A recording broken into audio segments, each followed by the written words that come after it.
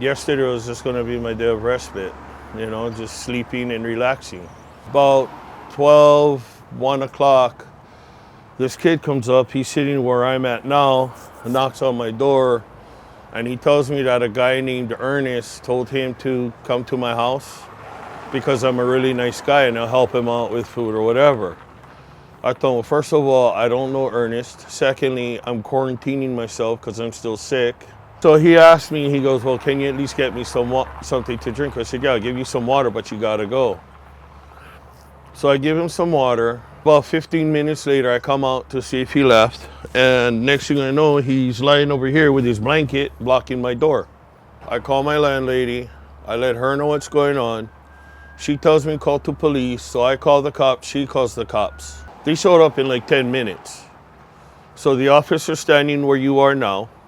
The kid is literally pounding on my door, and he's asking me to protect him from this ass cop whose badge is fake and this, that, and the other. And the cop told me, look, man, I got this handled. Close your door and go back in. So he's not listening. I'm blocking my door. I have a club back here that I'm working on turning into a cane. So I wasn't gonna hit the kid. I grabbed it to use it to threaten him. And when the officer asked me to put it away, okay, I put it back. Just when I put it back, the kid got up and ran into my house.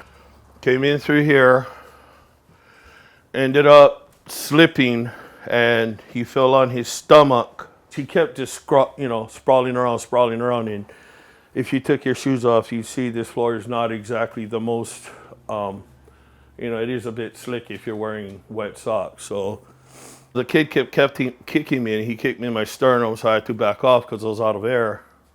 The cop finally had him turned over, and just when he was ready to cuff him, I guess somehow he kicked the cop off. The cop fell back into my bedroom. He kept moving backwards because the kid was standing up and rushing him. And he told him to stand down or I'm going to tase you. Stand down or I'm going to tase you. Where's the officer standing? He's standing right here. I was here trying to pull the guy back so he wouldn't get shot. And he got loose. He started rushing the cop. The cop tased him. He was right back up again, and I tried to hold him back, telling him, stay down, man. He's going to shoot you. Somehow he grabs his knife out of I don't know where.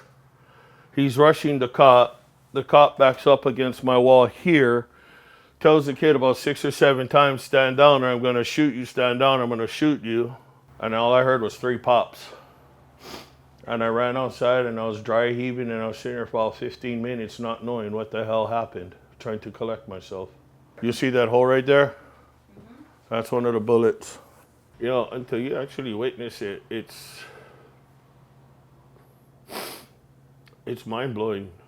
It's overwhelming. You don't know how to feel. A kid's 25, 26 years old. Who dropped the ball for him to act this way? And all he had to do was leave with the $10 I was going to give him, and he'd still be alive.